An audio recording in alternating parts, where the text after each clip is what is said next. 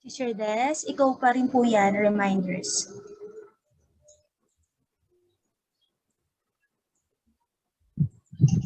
Okay po. Good afternoon po, parents, and good afternoon, teachers. Naririnig po ba ako, Chur? Yes. Yes, Okay. yes, sure. Good afternoon po. Thank you po, parents, sa pagbigay niyo po ng oras para umattend po sa ating orientation. So, meron lang po tayong mga few reminders. Panatiling nakabukas ang inyong camera. I-mute ang inyong mikropono. Kung may katanungan, maaari lamang pong mag-chat sa chat box at sasagutin ang inyong katanungan pagkatapos ng presentation. Maaari din po kayong mag-screenshot ng mga slides at isulat ang mahalagang impormasyon na mababanggit po ng mga guro. Mas okay din po pag hawak niyo po yung mga module na binigay po sa inyo para ma-check niyo na po agad. And for our attendance po, yung iba po nakapag-attendance na. Sa mga kapapasok lang po, pakilagay lang po sa chat box, pangalan po ng bata, and section po. Para po madali pong ma-check ng teacher. Makikita niyo po yung halimbawa, Chanel Hope B. Mabutas, Kinder Indigo. Ganun lang po. Salamat po sa mga nag-attendance na po. And for our agenda para sa ating orientation po ngayon, Quarter 3 Module Week 1 and 2, Supplementary Worksheet, Quarter 3 Week 2, pagbabalik ng Module Week 1 and 2. Hindi naman talaga itong asawa ko. Pagbabalik ng Supplementary Worksheet, Quarter 3 Week 2, at pagsagot sa mga katanungan. Yun lang po. Teacher Grace. Okay, so good afternoon po, parents and teachers. So para naman po sa schedule, kung paano ba natin sasagutan yung module na naibigay sa atin. So hawak-hawak po ba natin yung mga module natin, mga parents? Okay, so mga sasagutan week 1. So kung mapapansin nyo, kung nabuklat nyo na po yung module natin, dalawa po yung week 1 na naibigay sa inyo.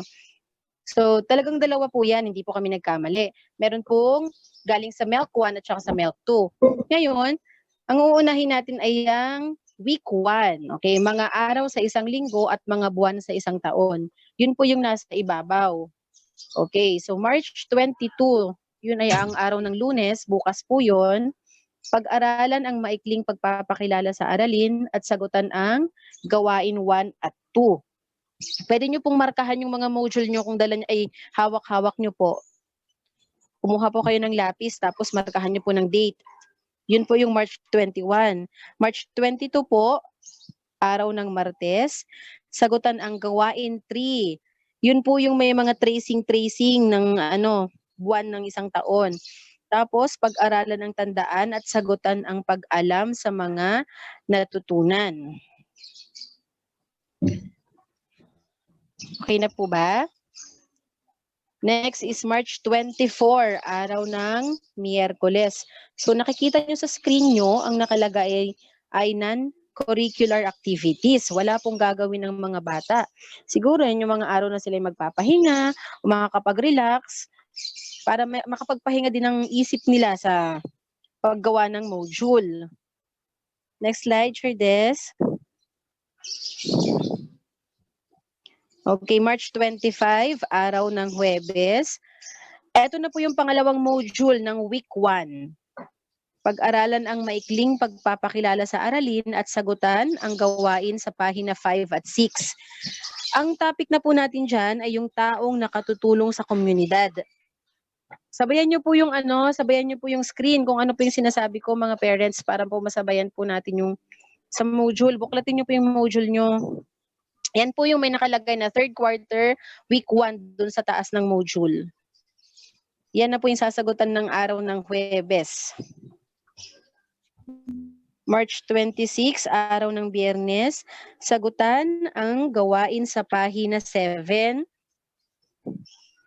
Pag-aralan ang tandaan at sagutan ang pag-alam sa natutuhan. So gaya po ng sinabi ko kanina, dalawa po yung module na naibigay sa inyo for week 1. Ang topic po ay araw sa isang linggo at buwan sa isang taon. At yung pangalawa, mga taong nakatutulong sa komunidad. Dahil po dalawa yung module nyo, wala po tayong ngayong worksheet na sasagutan. Next slide, Chair Des. Yun po yung available ng mga magulang.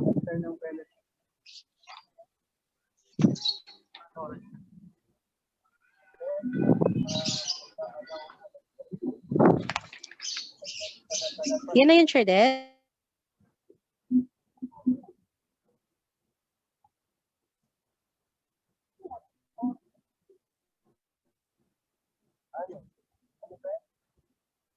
Orientation lang ng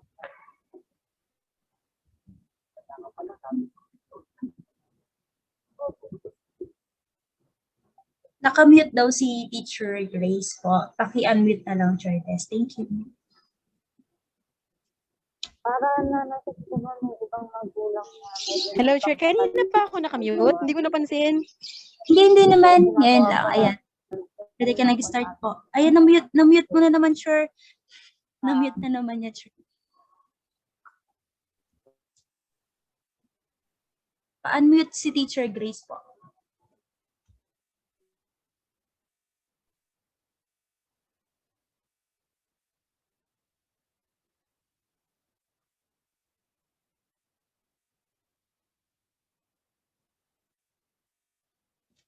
Teacher Des, pa-unmute po si Teacher Grace.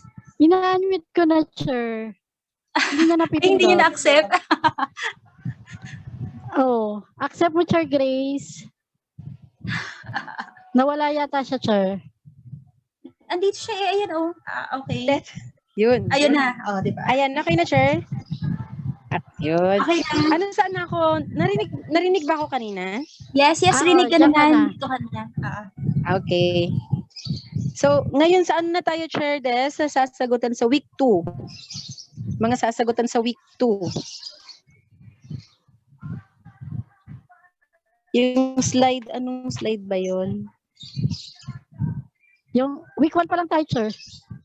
Yung sa 7, Chair, slide 7.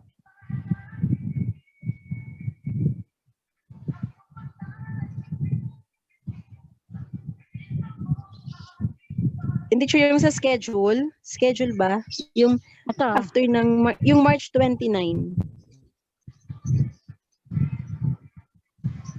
Ano ba itong Schedule ng... kung ano, Wala. PowerPoint? Ito pa lang, Chair. Pagkatapos nung ano, ito na. Okay, yes. Dito na lang, Galing pa Chair. kay Chair. Hello? Naririnig na ako? Yes po. Mga week 1 pa lang, Chair.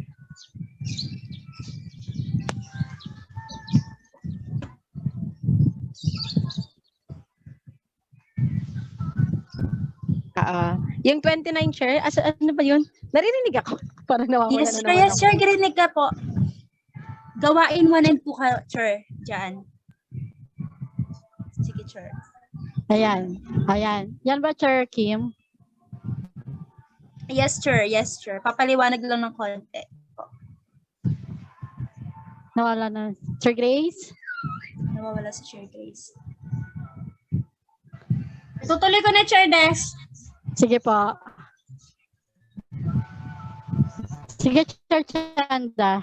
Mga mami, hawak niyo po ba yung inyong mga module? Kailangan po hawak niyo para hindi tayo maguluhan. Una po nating sasagutan mula sa Monday hanggang sa Friday ay yung module na may nakalagay na mga araw sa isang linggo at mga buwan sa isang taon. Next slide po, Chair Des. Ayan, ito po yung una nating sasagutan, March 22, bukas po yan, araw ng Lunes. Maikling pagpapakilala ng aralin, nakalagay po dito, alam mo ba kung ilang araw mayroon sa isang linggo? Ating awitin ang kantang Pito-Pito. Makikita nyo po dito sa module nyo na andyan yung kanta, kung kaya po ay ipasabay sa bata. Kung wala naman po ay isisend din na lang po ng mga teacher or naririnig po nila yan sa online, kumustahan yung kanta na Pito-Pito. Pagkatapos kung ipakanta sa bata, ipaliwanag lang po na mayroon tayong 7 araw sa loob ng isang linggo. Tandaan, ito ay nagsisimula nagsisimula sa araw ng linggo at nagtatapos sa araw ng Sabado. Kasi minsan may nalilito, ang unang araw nila ay Lunes. Uulitin ko po ha, ang unang araw sa loob ng isang linggo ay Linggo, Lunes, Martes, Miyerkules, Huwebes, Biyernes at Sabado.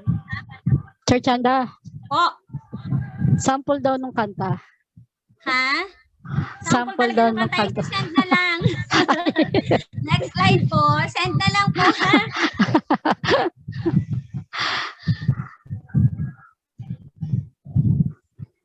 Ayan. Pagkatapos, ito na yung kasunod, Char. Pagkatapos po nun, ay hawakan ko din yung module ko dahil medyo may kaguluhan yung ating mga module ngayon sa dami. Wait lang po mga mami ha. Ayan. Pagkatapos po nung araw sa isang linggo, kadugtong na po nun ay mga buwan sa loob ng isang taon. Ito po ay ipapaliwanag niyo po sa mga bata na may mga buwan din sa isang taon. Ito ay 12 buwan. Binubuo ito ng Enero, Pebrero, Marso, Abril, Mayo hanggang Disyembre. Upang madali natin itong matandaan, narito po ang isang awit na maaari nating ituro sa bata, yung lubi-lubi. Kung mayroon po kayong mga internet, maaari niyo po itong i-download para po pakinig nyo sa mga bata. Yung mga mami, alam nyo rin naman tong kantang to. Madali lang po ito. Kung hindi nyo rin po alam, i-send na lang po ulit ni teacher. Ha? Tsaka na po yung sample. Next slide, Sir Des. Ayan. Kasama pa rin po ito sa araw ng Lunes kasi yung nauna po pong sinabi sa inyo ay pagpapakilala lang ng aralin. Ibig sabihin, ituturo nyo lang at ipapaliwanag po yun sa bata. Ito na po yung pinakang gawain natin. Unang gawain, bakatin ang mga pangalan ng araw sa isang linggo. Bago nyo po ipabakat, maaari ulit i-review sa bata, tanungin sila, ano ba ang mga araw na bumubuo sa loob ng isang linggo? Uulitin ulit. Ito ay nagsisimula sa araw ng linggo, Lunes, Martes, Miyerkules, Huwebes, Biyernes at Sabado. May makikita po kayo dyan na mga dotted na letters. Yan po yung ipapatrace nyo sa ating mga anak. Pagkatapos pong ipatrace, review ulit. Tanungin ulit ang bata. Ano-ano ang mga araw sa loob ng isang linggo. Hanggang sa ma-memorize po nila ang mga araw na yan. Naintindihan po? Next slide po, Cherdes. Sino na ba, Chair Kim? Si teacher. Gawain to pa, Chair. Yan, sa'yo pa yan. Sige, Okay na po. O, karagdagang gawain pa po para sa araw ng Lunes, gawain 2, isulat sa patlang ang nawawalang araw sa isang linggo na nasa katawan ng uod. Ito po ha, meron pong nakadrawing na uod dyan. May makikita kayo ng mga bilog tapos may nawawalang araw sa isang linggo. Linggo, blank, Martes, Miyerkules, blank, Biyernes, blank, Sabado. Ang bata po yung pagsulatin natin kung ano yung nawawalang araw dito sa loob ng isang linggo. Dahil ito ay may kabigatan na yung activity, hindi pa naman sila nakakapag-spelling at yung iba ay hindi pa rin nakakasulat, kayo pong mga magulang, maaari po kayong maglagay ng kopyahan sa papel tapos i-guide nyo po yung bata. Halimbawa, di ba, linggo. Maglagay kayo ng choices doon sa papel nyo. Alin ba yung sunod sa linggo? Lunes ba o Martes?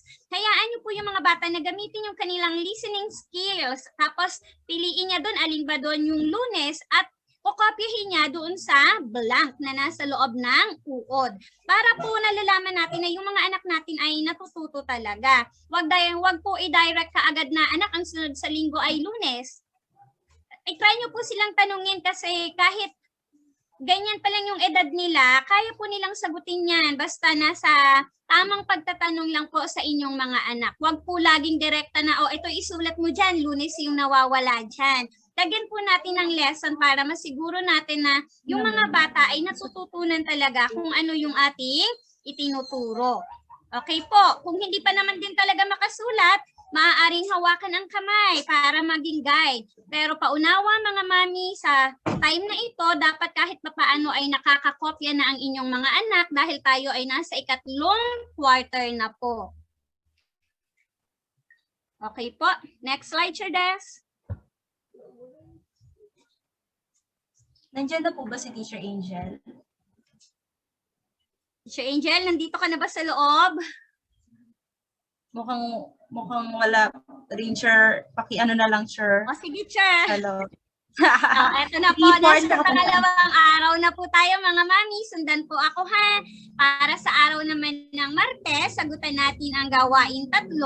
Nakalagay dito, bakatin ang mga pangalan ng buwan sa isang taon. Diba yung unang araw natin, ipinaliwanag natin sa mga bata, ipinakilala natin sa kanila ang mga araw sa isang taon. Sabayan ulit ang mga bata, tanungin ulit, anak, ano-ano nga ang mga buwan na umubuo sa loob ng isang taon? Tapos pakanta nyo lang yung lubi-lubi, Enero, Pebrero, yun po, dire-diretso na. Pagkatapos, ipapatrace nyo ulit sa mga bata ang mga ngalan ng buwan sa loob ng isang taon mula sa buwan ng Enero hanggang sa buwan ng Disyembre. Mga mami, meron lang akong napuna dito.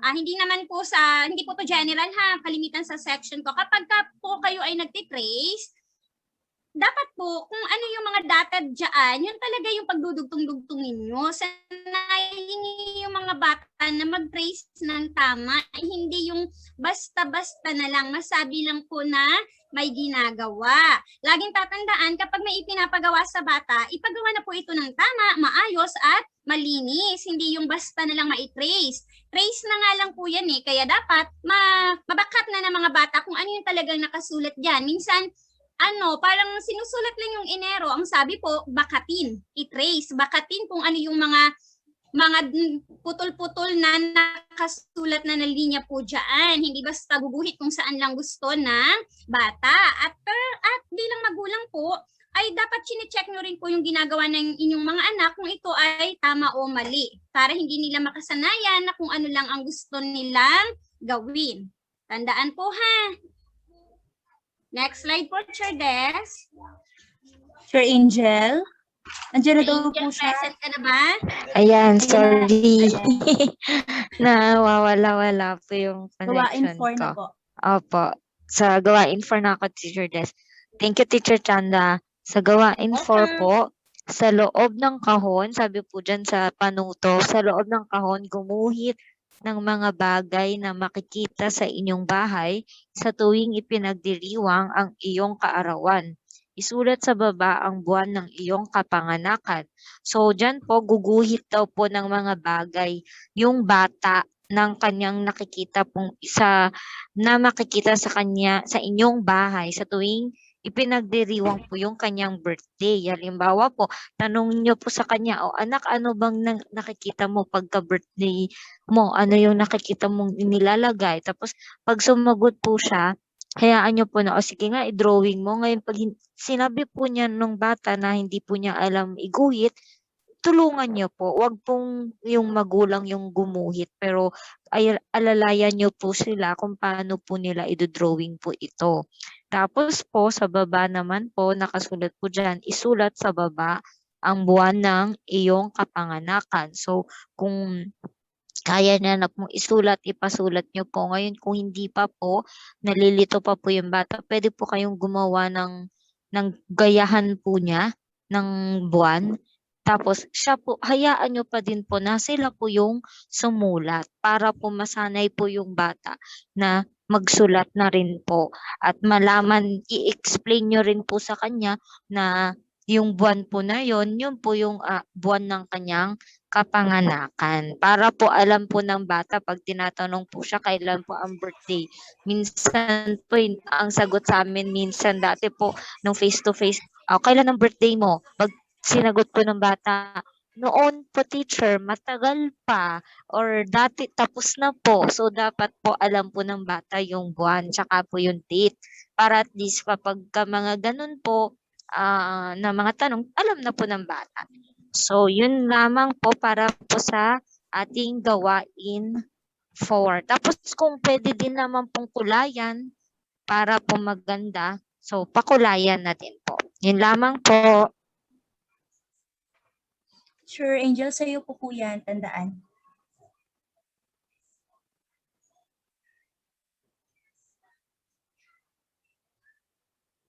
Sure, Angel?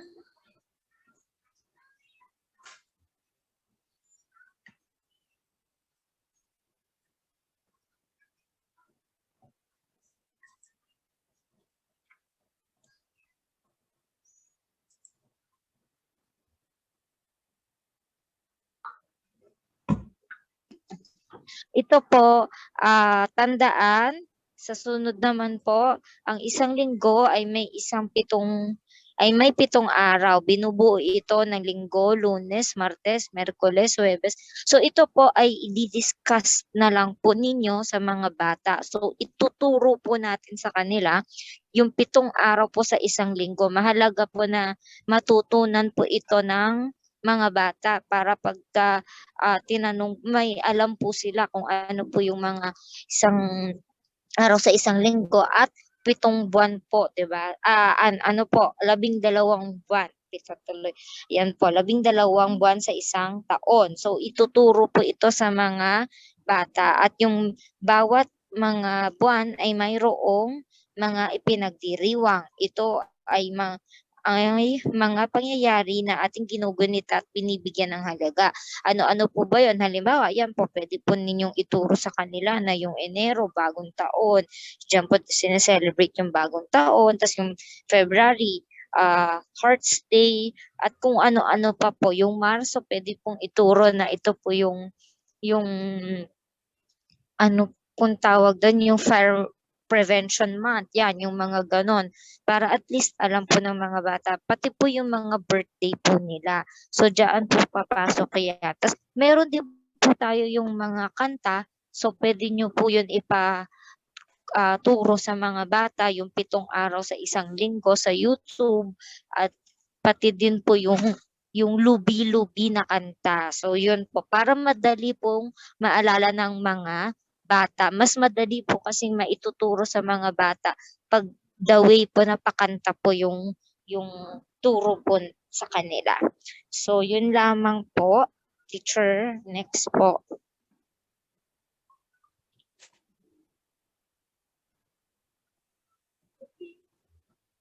Teacher Michelle na po yan. Thank you. Good afternoon po Thank you sa po. lahat. So ito po yung kasama sa araw ng Martes. Pag-alam sa mga natutuhan. Sa module na ito, iyong natutuhan ang mga araw sa isang linggo at ang mga buwan sa isang taon. Suriin natin ang iyong kakayahan sa ating aralin gamit ang rubric. Lagyan ng check ang column na naglalarawan ng inyong tapat na sagot. Sa unang column po, andin po yung mga kakayahan na dapat matutunan ng bata.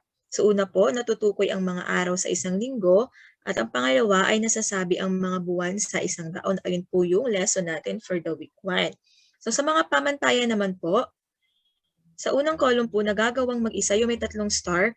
Yun po ang checkan nyo kapag nagagawa po nila, nasasabi po nila yung mga araw sa isang linggo nang sila lang pong mag-isa, walang nagtuturo po sa kanila. Pati yung nasasabi ang mga buwan sa isang taon. Sa 2 star naman po, nagagawa ng may kaunting gabay kung, ayun nga po dyan, kung nagagawa nila ng may gabay pa po ng magulang, nung tinuturuan pa po sila, yung may nakakalimutan pa po sila, tapos sinasabi niyo pa po sa kanila. And then, nagagawa sa tulong ng gabay, parang repetition po yung ginagawa, sasabihin niyo, sasabihin niya, ganun po yung